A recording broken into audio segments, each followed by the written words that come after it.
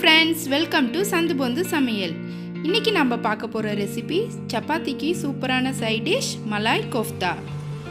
First gravy செய்கிறதுக்கு கடாயில் 2 table spoon எண்ணெய் ஊற்றிக்கணும்.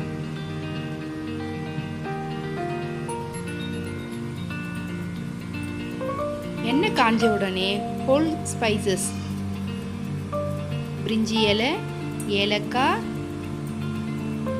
பட்டை, கிராம்பு, மிளகு, சீரகம் இதெல்லாம் போட்டு கொஞ்சம் வதக்கணும்.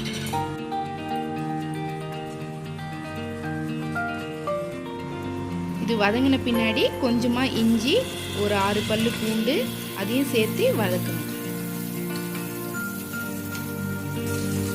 இது கூட பொடியாக நறுக்கிய பெரிய வெங்காயம்,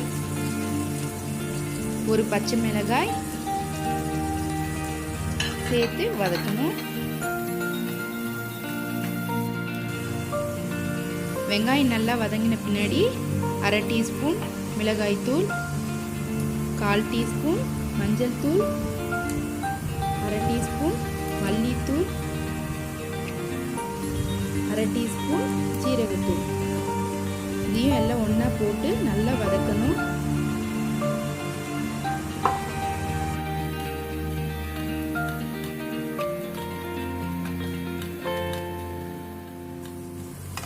இப்போ நம்ம மசாலா நல்லா வதங்கிடுச்சு. இது கூட பொடியாக வெட்டி வச்சுருக்க தக்காளி 2 அதுவும் சேர்த்து நல்லா ஃப்ரை பண்ணணும்.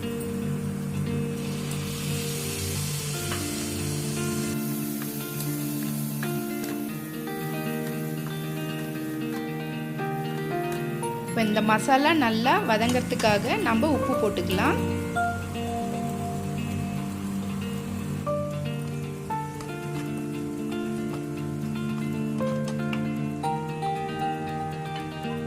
இப்போ இந்த மசாலா நல்லா வதங்கிடுச்சு. இது கூட எடுத்து வச்சிருக்க முந்திரி அது போட்டு வதக்கிட்டு அது கூட கொஞ்சம் தண்ணி ஊற்றி மூடி போட்டு வேக வச்சுக்கலாம்.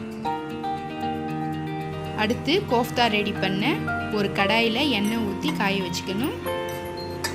ஒரு பாத்திரத்தில் 200 கிராம் பன்னீர், 3 வேக வைத்த உருளைக்கிழங்கு 2த்தையும் துருவிடணும். அது கூட தேவையான அளவு உப்பு, பொடியாக நறுக்கிய கொத்தமல்லி, பொடியாக நறுக்கிய பச்சை மிளகாய் இது எல்லாம் ஒன்றா சேர்த்து கலக்கணும்.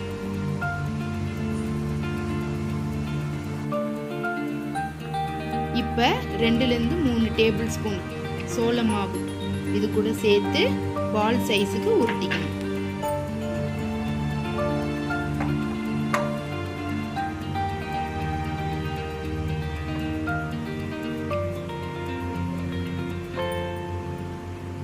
இப்போ நம்ம உருட்டிய பாலில் நடுவில் கொஞ்சம் பள்ளம் செஞ்சு அதில் ஒரு 2லேருந்து 3 திராட்சையை வச்சு மூடி மறுபடியும் உருட்டிக்கணும்.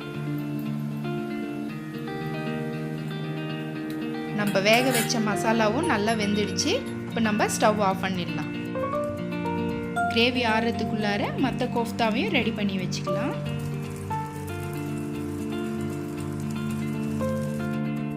கிரேவி நல்லா ஆறிடுச்சு. இது ஒரு மிக்ஸி ஜாரில் போட்டு பேஸ்ட் மாதிரி அரைச்சிக்கணும்.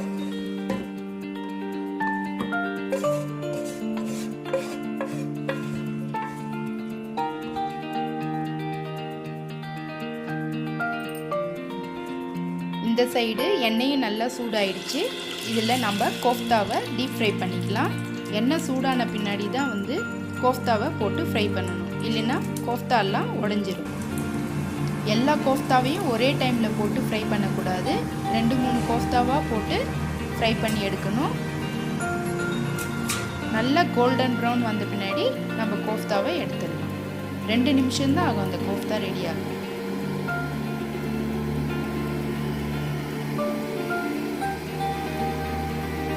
இப்போ நம்ம கோஃப்தாலாம் ரெடி ஆகிடுச்சு. இப்போ நம்ம கடாயில் கொஞ்சமாக எண்ணெயை ஊற்றி அரைச்சி வச்ச பேஸ்ட்டையும் அதுலேயும் போட்டு கொஞ்சமாக தண்ணி ஊற்றி கலக்கி கொதிக்க வைக்கணும்.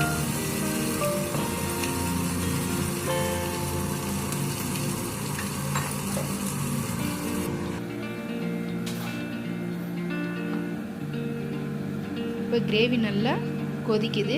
இதில் கசூரி மேத்தி சிறிதளவு போட்டு ஒரு டைம் நல்லா கலக்கிட்டு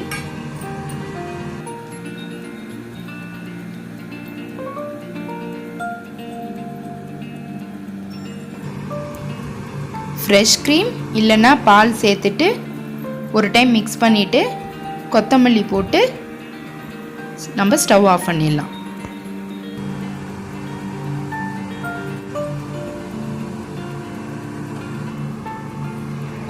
இப்போ கிரேவி ரெடி ஆகிடுச்சு. நம்ம சர்வ் பண்ணுறதுக்கு முன்னாடி கோஃப்தாலாம் ஒரு சர்விங் பவுலில் வச்சுட்டு அதுக்கு மேலே கிரேவியை ஊற்றி கொத்தமல்லி போட்டு சர்வ் பண்ணணும்.